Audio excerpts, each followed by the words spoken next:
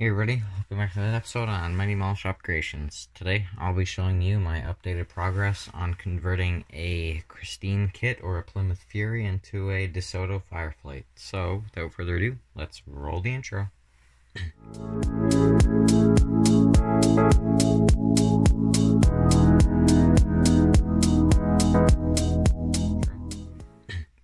Alright, so I'm going to move this out the way, and before I show you guys anything, I want to say a couple of people on my last video, or on my last update of this conversion, recommended to me that I should use the 57 Chrysler 300 for the body.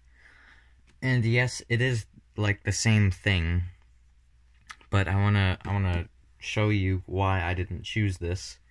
First off, because this is the only one that we have in our stash, and it's a lowrider kit, and I don't really like messing around with the suspension and stuff, and I find that kind of difficult, and yeah. But also, I was looking in this kit, and the headlights seem like abnormally small compared to the rest of the kit, and it just looks out of scale. Also, I'll show you real quick. I kind of want to keep this as a built-up, but also I'd have to, like, literally destroy this entire front part, which is kind of balls. And I don't really want to do that since it's gray plastic and it's hard to work with. Also, I think the last reason is that I wanted to take something that's, like, completely crazy and turn it into, like, something else that's obviously the exact opposite. And you're like, wait, what? You converted a Plymouth Fury into a Desoto Fireflite? Aren't they like completely different things? I'm like, yeah, but I don't know. It just makes sense for me, like taking a 57 Chrysler and it looks like it has the same exact body, like the exact same thing except for the grille and the side piece there. I want to challenge myself and see if I can take something like completely different, and like I said before, change it into something else, and that's what I'm doing, right?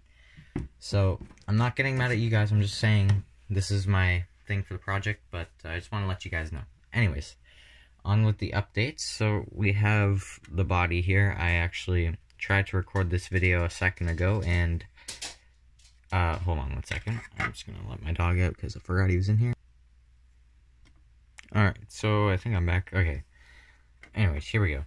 Like I was saying, I tried to record this video before, and I accidentally dropped that Chrysler 300 box on the front part, and it broke this piece and this piece, but I glued them back on. But as you can see, I scratch built the rest of the, kind of the wheel well area, and that top piece of styrene is for base for the trim. That goes from the wheel well, and it wraps around all the way. But I have an inner piece right here. Oh man, it's hard to focus.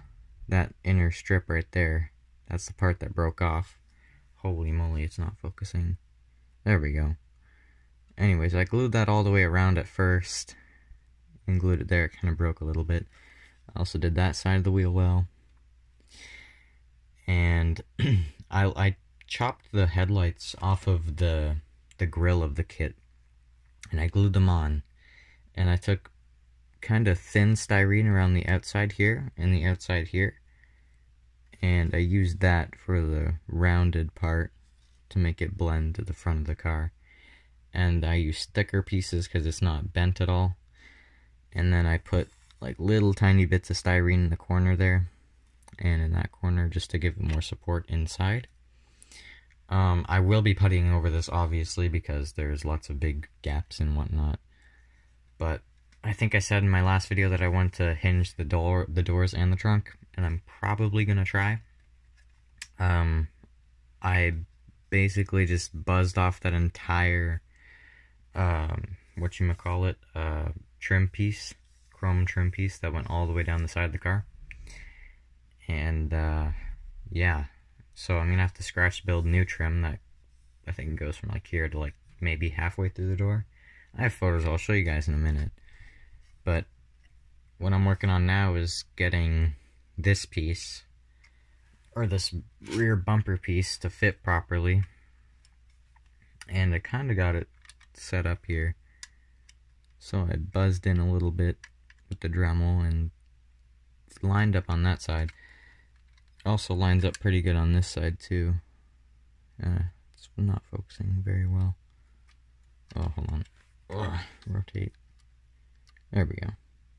It also lines up on that side. I have to scratch build ovals to go where these little pillar things are when they line up properly. But where I'm currently at is making sure when I glue this thing on, it'll fit nicely, because there is a little bit of a gap.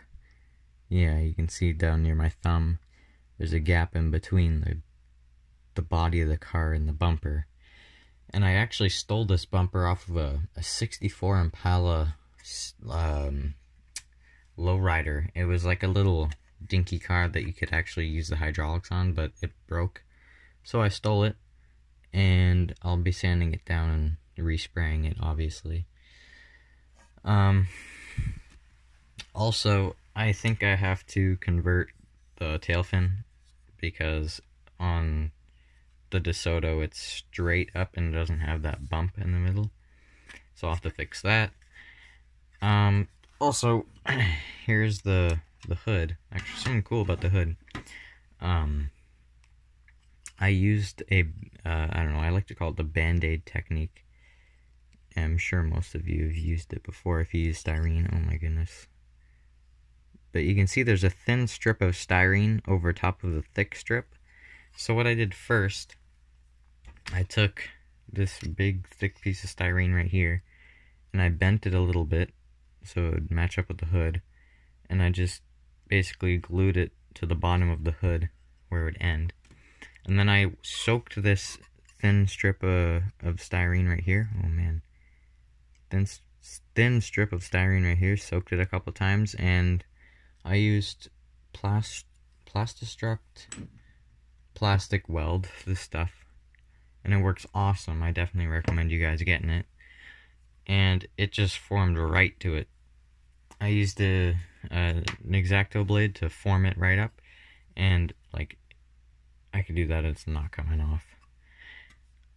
But it looks super awesome on the front. It lines up perfectly. I mean, I do have to sand this down a little bit to make it line up nice, but I like it. I like the way that it's coming along. And it looks a little bit funny without the front bumper, so I'll put that on. Show you guys what I'm going for. Oh yeah, the side of the bumper fits pretty nicely up in there.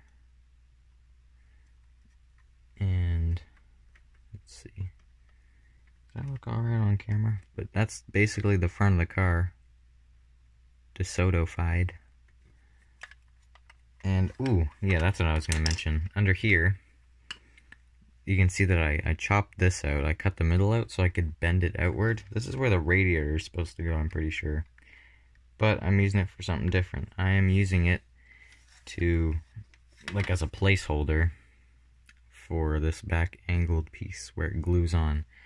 And it will fit, like, on final assembly. I just gotta bend it out. Like that. And it'll glue in perfectly. Hopefully. Next steps for this kit. I believe it is making, oh yeah, doing the rear bumper section, figuring out the taillights and stuff, scratch building taillights, because the ones in the kit do not match up, but I will actually definitely use them as a base model.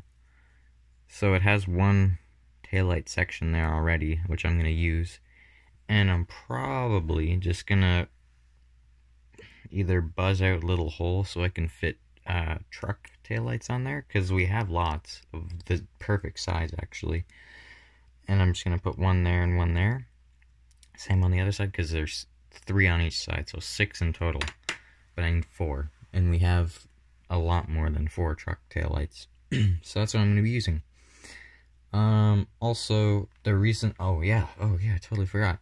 Another reason why I chose to convert this kit is when I opened it, I noticed that there was a chunk of the rear bumper just missing. It's coated chrome where it broke off, so it's not in the box, and I checked and it's not in there. So that's also another reason why I'm converting this one. But basically, that is a wrap for this video. Thank you guys so much for watching. Hopefully you guys are enjoying this cool project that I think is pretty cool. Make sure to stay tuned for if I can figure out how to work out this rear bumper area. And yeah, so I'll see you guys in the next one. Goodbye.